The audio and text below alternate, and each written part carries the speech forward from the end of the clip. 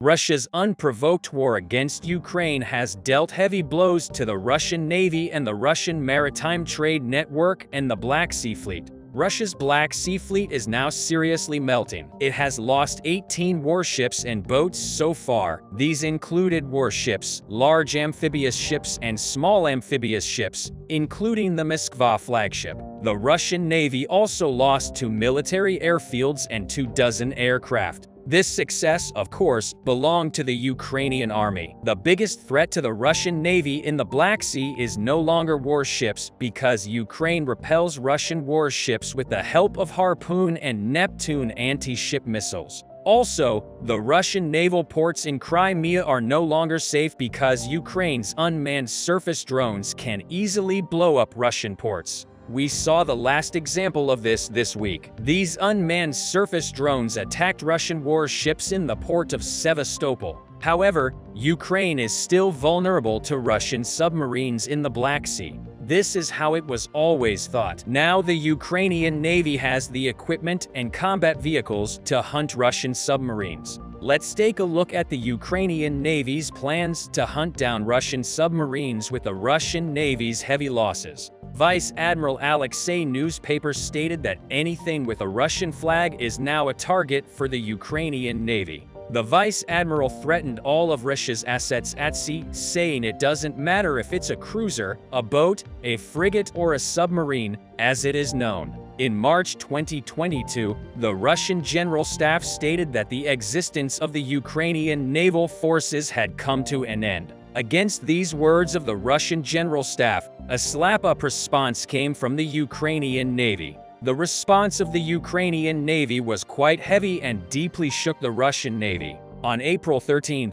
Ukraine's Neptune missiles struck and sank the $750 million Moscow cruiser. The cruiser Moscow dropped in the depths of the sea on April 14. As a result of this attack, the Russian Ministry of Defense openly acknowledged the deaths of only 5 crew members. But according to Alexei Danilov, Secretary of the National Security and Defense Council of Ukraine, there were 510 personnel in Moskva at the time of the attack, of whom 58 are believed to have survived the sinking of the cruiser. Moskva was undoubtedly a great loss for the Russian Navy. However, the losses of the Russian Navy were not limited to the sinking of the cruiser. Ukrainian naval forces continued to hunt Russian submarines cornering Russia in the Black Sea. In addition, dozens of Russian warships and warboats have been destroyed by the Ukrainian Navy and artillery so far in the Black Sea and in the Dnipro River. In an unexpected move, Ukrainian artillery launched attacks targeting Russian attack boats stationed on the Dnipro River in recent weeks. Nearly a dozen Russian warboats have sunk into the deep waters of the river with successful artillery fire. As a result of the offensive operations launched by the Ukrainian forces, 2 Russian motorboats were destroyed in the mouth of the Dnipro River. Later, the Ukrainian Defense Forces succeeded in sinking another Russian boat near Belarusi Island in the Dnipro. Ukrainian forces destroyed 5 Russian attack boats carrying Russian sabotage and reconnaissance groups with their attacks near Tavria. The Russian Navy significantly lost its strength in the seas, losing 8 attack boats in a short time. As it is known, for centuries, Moscow saw the Black Sea as its gateway to the Eastern Mediterranean and beyond. President Vladimir Putin calculated that the invasion of Ukraine would make it easier for the powerful Russian Navy to reach the Black Sea. But Putin probably hadn't even considered the possibility that the loss of naval vessels, which frustrated his maritime ambitions, would humiliate Moscow on the world stage.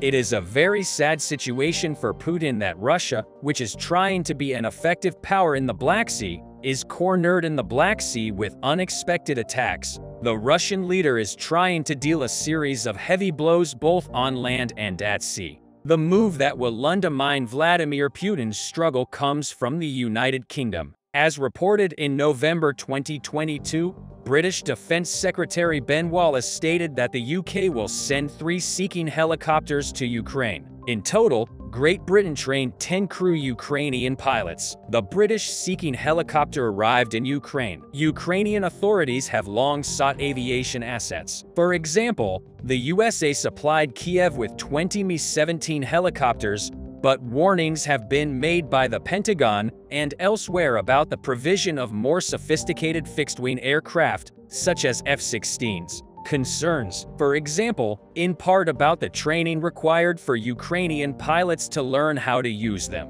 In this case, the Royal Navy provided a 6-week seeking training program in the UK for 10 crew members of the Ukrainian Armed Forces and associated engineers. Ukrainian Defense Minister Reznikov thanked British Defense Minister Ben Wallace. Also, Reznikov said that together we will secure the seas and lands of all of Europe. What is seeking? Let's get to know more closely. The seeking was designed primarily for anti-submarine warfare. The helicopters, which the UK last used in 2018, will serve as a service and search and rescue platform for Ukraine. Seekings is a modified version of the Sikorsky S-61, which was also widely used in the U.S. military and civil aviation in the past. Beginning in 1959, Sikorsky Aircraft produced hundreds of aircraft based on the original S-61. The last S-61 was produced by Sikorsky in 1980. However, licenses in the UK, Japan, Canada, and Italy produced an additional 679. It is estimated that by 2010, S-61s had flown more than 24 million hours in military and civil services. They have been produced by Westland Britain for over 2 decades and have some local ingredients. Also, the Royal Navy declined to say how the Seekings would be equipped, citing operational safety concerns. As the Ukraine war continues at full speed, water bodies are gaining vital importance. So is it possible to achieve peace in the Ukraine war? We'd be glad if you let us know your thoughts in the comments. If Ukraine wants a lasting peace, it should remove the Russian Navy from the Black Sea. Ukrainian President Vladimir Zelensky has spent the last few months previewing a comprehensive 10-point peace plan. But Zelensky's 10-point plan is too focused on guaranteeing Ukraine's territorial integrity, ignoring Ukraine's vital interests in a peaceful and stable Black Sea. Ukraine can only count on a lasting peace if both 10 points are met, and Russia's navy is driven from the Black Sea for years. Unless there is a sudden change in the Russian government, any future Russia-Ukraine peace deal that ignores the maritime balance of power in the Black Sea is a recipe for perpetual conflict. If the war ends without a deal in the Black Sea, Russia will be back in its dirty business within months of bullying weak stakeholders in the Black Sea, harassing merchant ships, infiltrating Crimean waters, and raising tensions across the region in general. To give peace a real chance, any future ceasefire must evacuate Russia's Black Sea fleet and decisively break the long-held regional perception that the Black Sea and the Sea of Azov are Russian lakes. First is important. Deprived of local naval supremacy, Russia loses its means of mischief in the future. It makes sense to expel the Russian Navy from the Black Sea. Lacking the lure of dominating Ukraine's southern sea flank, Russia may focus on other, more profitable projections of the Russian state's power in the Arctic or elsewhere. Since World War II, the Russian Navy has dominated the Black Sea. Russia maintained a disproportionately large fleet in the region. In 2015, Russia's Black Sea fleet consisted of 1 cruiser, 1 destroyer, 2 guided missile frigates, and 6 submarines, which was far larger than necessary, according to the Naval Intelligence Agency. But Russia's local dominance of the Black Sea has made it too tempting to go out and bully neighbors rather than serve as a peaceful stabilizer. It is healthy to exclude Russian forces from the Black Sea. It not only stabilizes the region, but also forces Russian society to confront the idea that their country is no longer a superpower. Incorporating the Black Sea balance of power into a Ukrainian peace agreement is an issue where Ukraine could attract more international support. In essence, the demilitarization of the Black Sea solves many problems for both Ukraine and countries that rely on unrestricted trade routes in the Black Sea.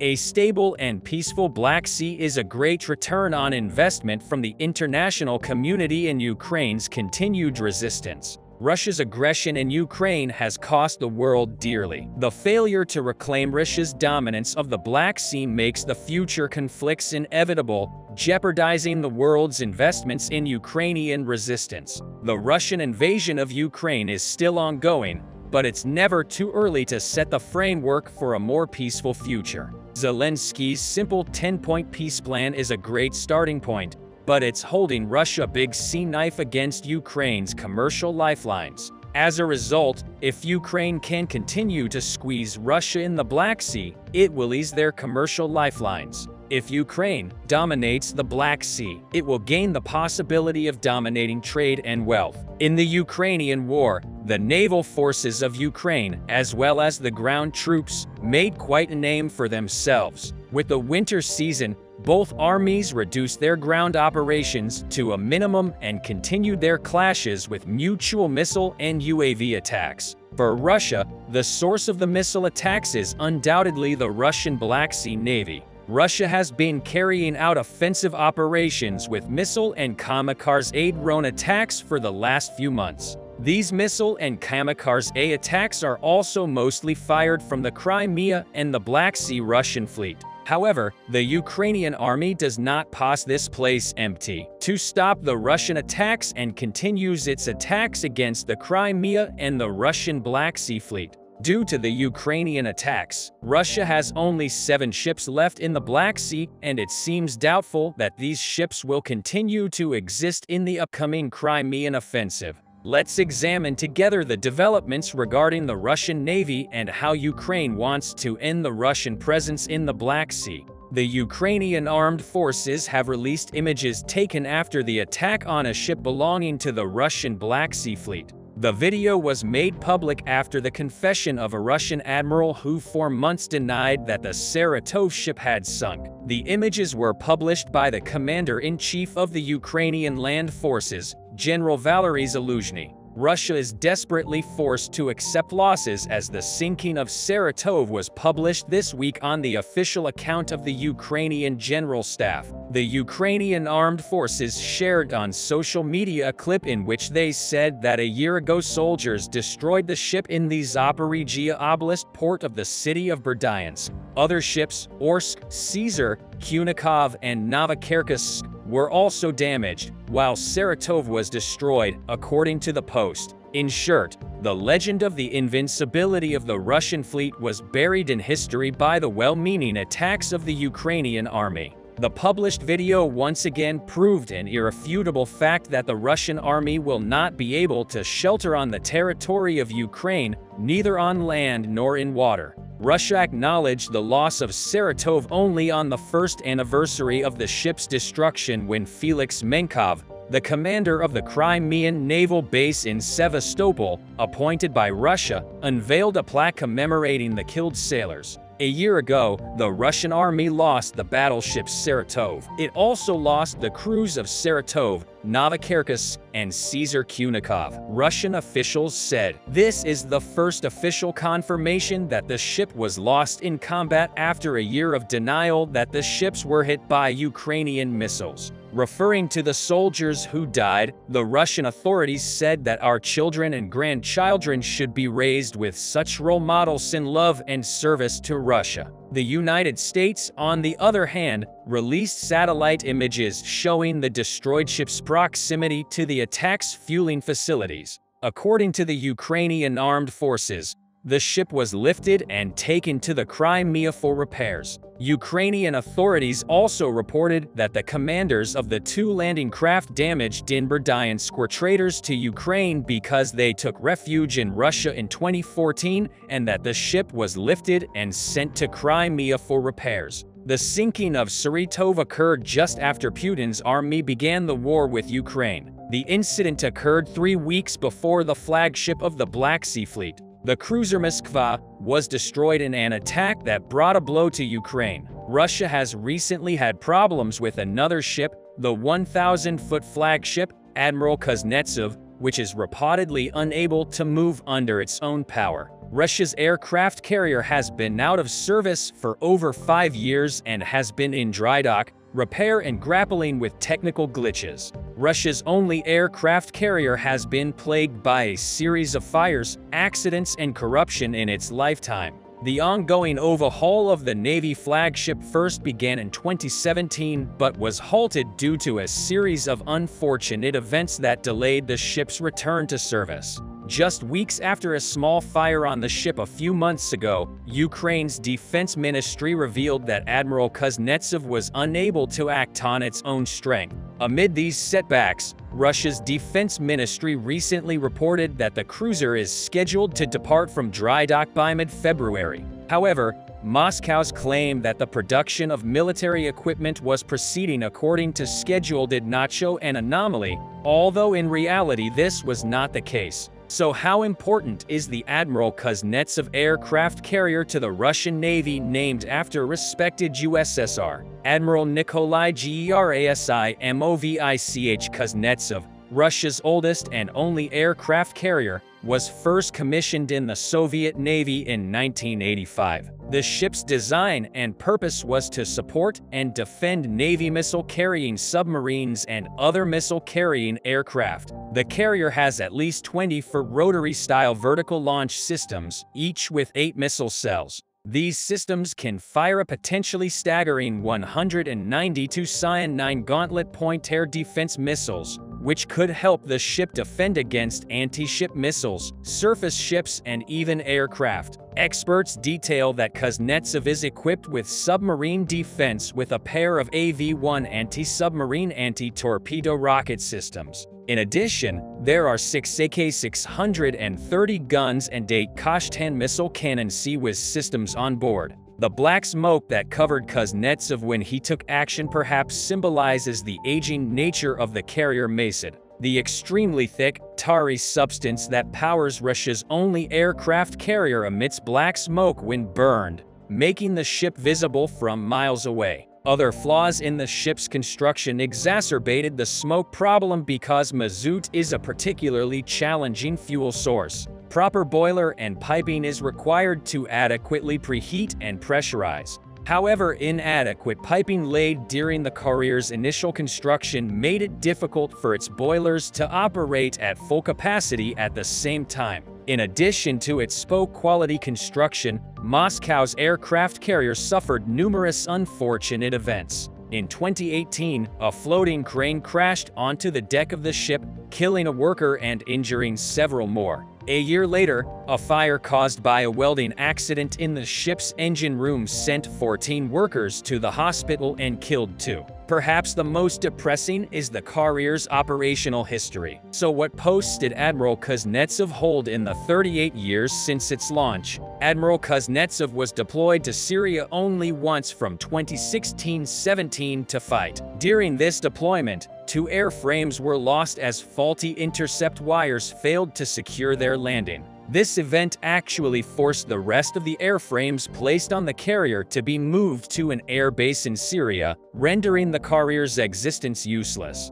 The latest statement by the Ministry of Defense of Ukraine regarding Kuznetsov's lack of power is only the latest apparent setback affecting the aircraft carrier. This claim, combined with the small fire on the ship in December, does not mean that Kuznetsov is ready to be launched again anytime soon. In fact, prospects for a speedy recommissioning of the aircraft carrier are murky at best, but statements suggest otherwise. Russia's only aircraft carrier will finally leave the dry dock in the coming weeks, the Navy has reported. The aircraft carrier will depart from the dry dock to begin the next phase of repairs. An official from the Zvyazda Ship Repair Center said that the aircraft cruiser will come out of the dry dock at the 35th Ship Repair Facility in the coming weeks, but there was no development related to the ship at that given date. Said plant is a subsidiary of United Shipbuilding Corporation of the Russian Federation. Admiral Kuznetsov entered the dry dock last May, and the ship's repair and modernization work has been ongoing since last June.